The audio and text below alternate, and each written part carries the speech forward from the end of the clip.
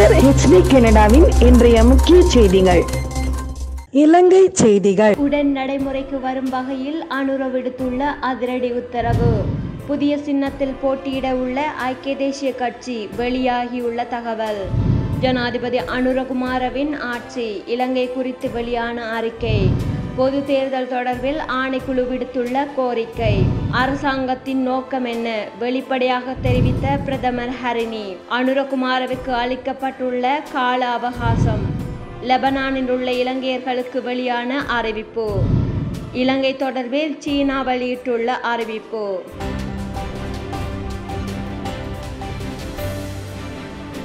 மதுபான விற்பனை நிலையங்களுக்கு வழங்கப்பட்ட அனுமதி பத்திரங்கள் உடன் நடைமுறைக்கு வரும் வகையில் ரத்து செய்யப்பட்டுள்ளது.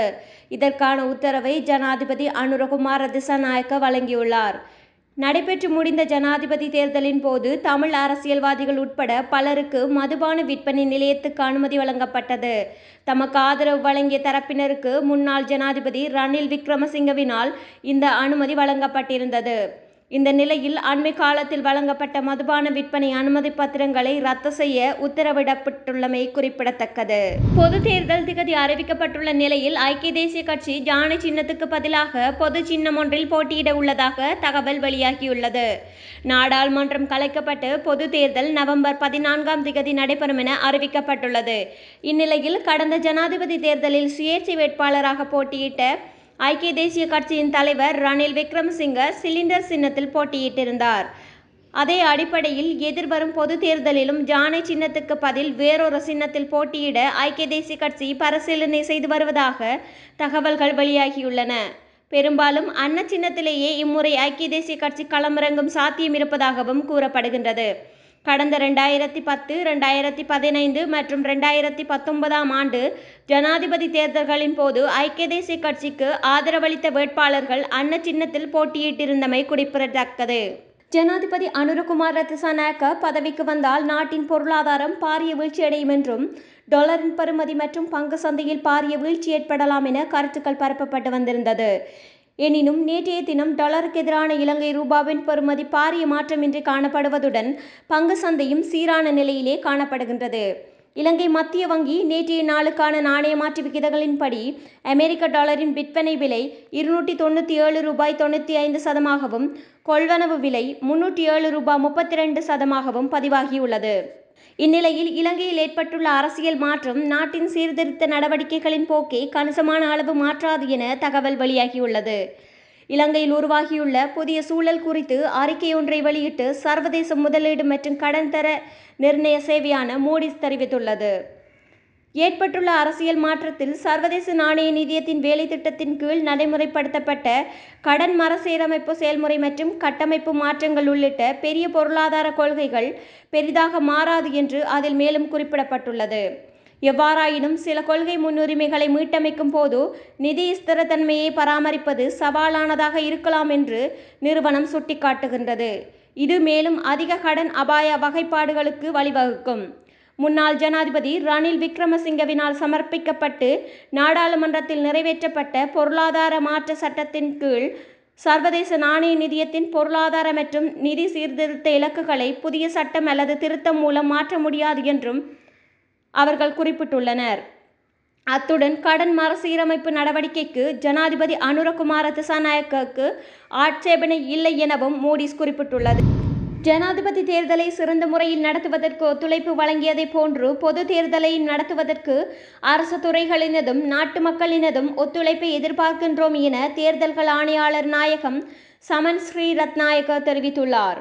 தேர்தல்கள் ஆணைக்குழுவின் காரியாலயத்தில் இடம்பெற்ற ஊடகவியலாளர் சந்திப்பின் போதே இவ்வாறு குறிப்பிட்டார்.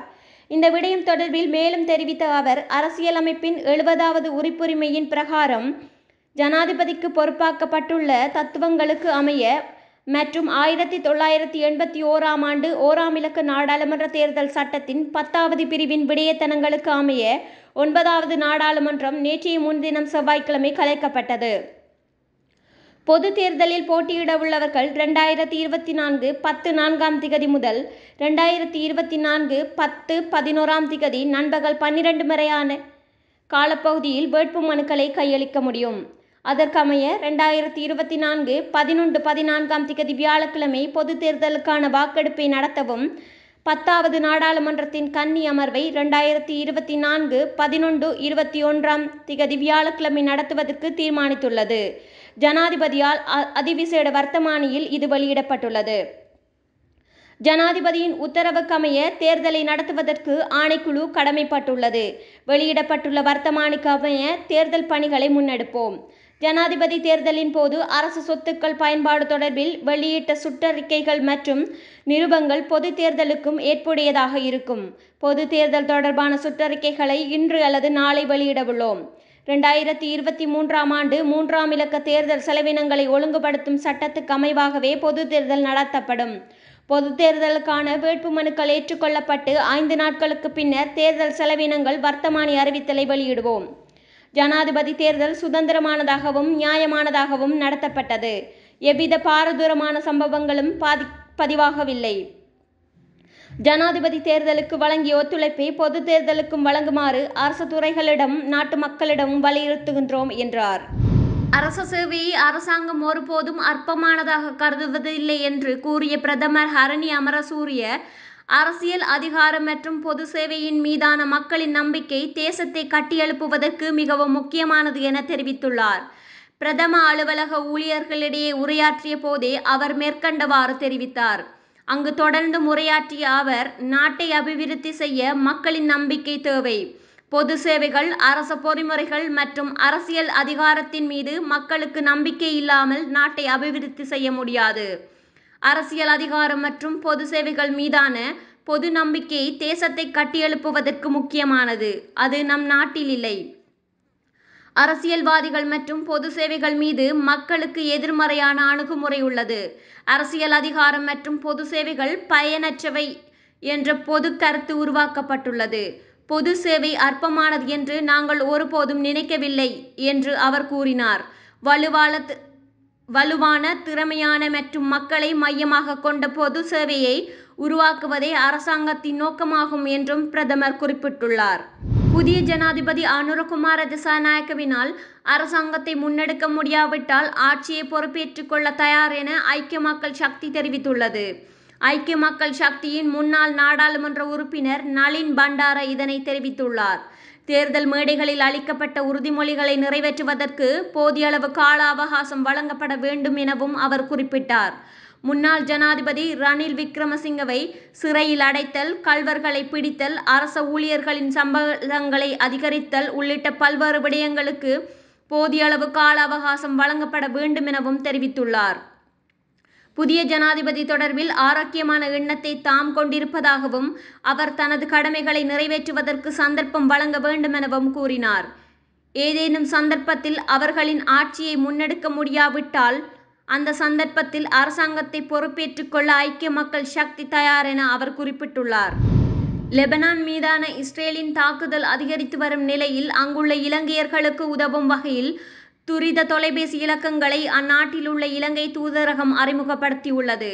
லெபனானின் தெற்கு மற்றும் கிழக்கு பிரதேசங்களில் இஸ்ரேல் தொடர்ச்சியாக தாக்குதல் நடத்தி வரும் நிலையில் பலர் கொல்லப்பட்டுள்ளதோடு சுமார் 1500க்கும் மேற்பட்டோர் காயமடைந்துள்ளனர் என்று தெரிவிக்கப்பட்டுள்ளது. இதனால் லெபனானில் தற்போது பெரும் பதற்றமானதொரு சூழல் நீடித்து வரும் நிலையில் அங்குள்ள இலங்கையர்களுக்கு உதவும் வகையில் துரித தொலைபேசி இலக்கங்களை அந்நாட்டில் உள்ள இலங்கை தூதரகம் அறிமுகம் செய்துள்ளது. அதற்கிணங்க முதலாவது செயலாளரான சனத் பாலசூரியவை தொடர்பு கொள்ள 0091617038675 என்ற தொலைபேசி இலக்கத்தையும், மூன்றாவது செயலாளரான பிரியங்கனி திசாநாயக்கவை தொடர்பு கொள்ள 009611815491162 என்ற தொலைபேசி இலக்கத்தையும் தூதரகம் அறிமுகம் செய்துள்ளது. மேலும் மொழிபெயர்ப்பாளருக்கான தொலைபேசி இலக்கமாக 0096181363894 என்ற இலக்கமும் லெபனானில் உள்ள இலங்கை தூதரகத்தினால் அறிமுகப்படுத்தப்பட்டுள்ளது. இலங்கையின் நிலையான பொருளாதார மற்றும் சமூக அபிவிருத்தியில் நாட்டின் உள் விவகாரங்களில் தலையிடாத கொள்கைகளை கடைபிடித்து அதன் இறையாண்மைக்கு மதிப்பளித்து ஆக்கப்பூர்வமான பங்கை ஆற்றுவதற்கு தயாராக இருப்பதாக சீனா தெரிவித்துள்ளது. அண்மைய ஜனாதிபதி தேர்தலில் அனுரகுமார திசாநாயக்க தெரிவு செய்யப்பட்டமை தொடர்பில் கருத்து தெரிவித்த சீன வெளிவிவகார அமைச்சின் பேச்சாளர் லின் ஜியான் செப்டம்பர் 21 தேர்தல் சுமூகமாக நடைபெற்றதாகவும் இலங்கையின் நட்பு அண்டை நாடான சீனாவும் இலங்கையும் எல்லா நேரங்களிலும் பரஸ்பர மரியாதை மற்றும் ஆதரவுடனும் நடந்து கொண்டதாகவும் ஊடகவியலாளர் சந்திப்பில் தெரிவித்துள்ளார். இலங்கையின் புதிய ஜனாதிபதியாக தேர்ந்தெடுக்கப்பட்டு பதவி பிரமாணம் செய்து கொண்ட திசாநாயக்கவிற்கு சீனா மனமார்ந்த வாழ்த்துக்களை தெரிவிக்கின்றது. ஜனாதிபதி ஷி யின்பிங் ஜனாதிபதி திசாநாயக்கவிற்கு வாழ்த்து செய்தியை அனுப்பினார் என்று அவர் கூறினார். கடனை திருப்பி செலுத்துவதில் இலங்கை உறுதிப்பாட்டின் சீனாவின் நம்பிக்கை பற்றி கேட்டபோது சீனாவும் இலங்கையும் நீண்டகால நட்புறவை பகிர்ந்து கொள்வதாக லின் வலியுறுத்தியுள்ளார். ஜனாதிபதி திசாநாயக்க மற்றும் அவரது புதிய நிர்வாகத்துடன் இணைந்து 5 கொள்கைகளின் அடிப்படையில் பணியாற்ற நாங்கள் தயாராக உள்ளோம்.